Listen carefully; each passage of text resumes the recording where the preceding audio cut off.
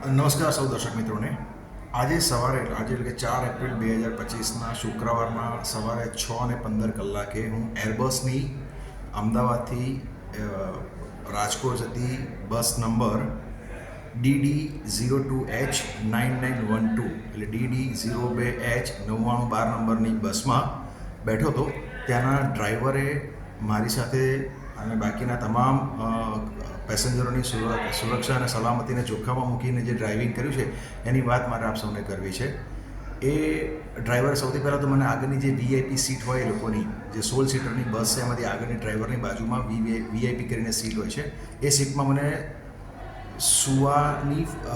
હું જે સુવાની તૈયારી કરી મેં સવારે 6:15 વાગે અમદાવાદથી રાજકોટ જતા તો મને રોક્યો અને ફરજિયાત મને એવું કહેવાય કે આ સીટ સુવા માટે નથી, તમારે પાછળ જવું પડશે સુવા માટે. અને એ પણ આપણે વાત માની લીધી, ચલો કંઈ વાંધો નહીં, ડ્રાઈવર ડિસ્ટર્બ થાય એટલે આપણે આપણા પાછળ જતા રહીએ. પણ પછી જ્યારે આજે સવારે અમદાવાદ રાજકોટ હાઈવે વચ્ચે સખત ફોગ હતું, 50 ફૂટના ડિસ્ટન્સ પર પણ વાહન દેખાય નહીં એટલી હદે વિઝિબિલિટી પુઅર હતી. તો મેં ડ્રાઈવરને સૂચન કર્યું નમ્ર ભાવે કે ભાઈ આપણે તમે પાર્કિંગ લાઇટ ચાલુ કરી દો તો શું પાછળથી આવતા વ્હીકલને આપણું વ્હીકલ દેખાય અને એક્સિડન્ટ ના થાય. તો મને એવું કહેવા માંડ્યું એ ડ્રાઈવર કે તમારી કોઈ જ ફરજ બનતી નહીં, તમારે મને જણાવો ને મને બધી ખબર જ છે, મારે કરવું હોય તો કરીશ. અને જો મોતનો આટલો જ બીક લાગતું હોય તો ઘરમાં જ બેસી રહેવાય, આ રીતે બહાર નીકળાય જ નહીં.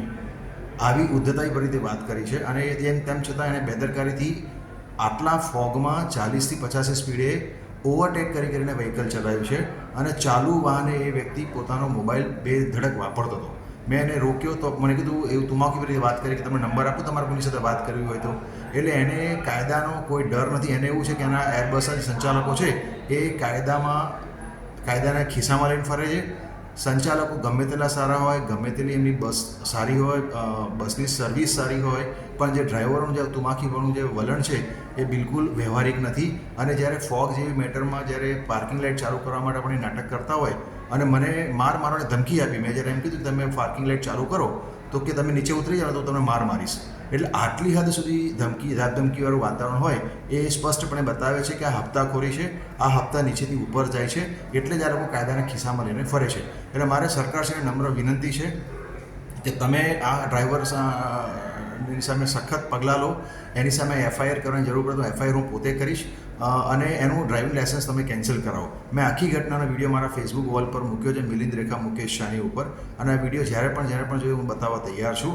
એટલે સરકારને પણ મારી અરજ છે કે આપણે સાથે મળીને પ્રજાની સલામતી ના જોખમાય એ માટે માર્ગ અકસ્માત નિવારણના પગલાં આપણે સાથે મળીને લેવા છે.